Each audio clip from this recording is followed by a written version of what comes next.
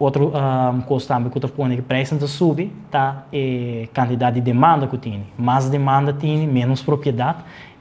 Bota vai demandar mais para a propriedade, para você que tem eigenlijk gente com mester de je. Tá é budget de 150 para 250 mil florin. Com um budget hope tight para por ganhar casa. Hope viaja petição também para a área de norte.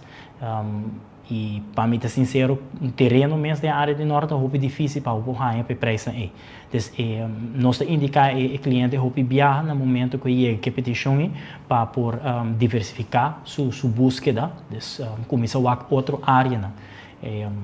Nós é um país sumamente chiquito, qualquer caminho que por chegar ali, antes para ir de brug está um preço mais barato, mas se nós miramos também no último ano que o preço está flutuando e está cambiando mais tanto mesmo.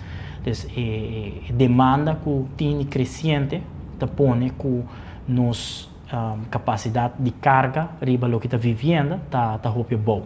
Então, não tem suficiente vivenda para abastecer toda essa que quer comprar uma vivenda. Também também o viajar com o desenvolvimento turístico.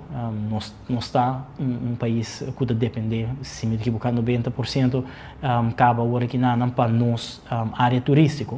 Mas aqui também traz um componente negativo, pensando que acaba ter, sobre que nós temos que importar trabalhador. E o trabalhador que também tem que de lugar para não viver.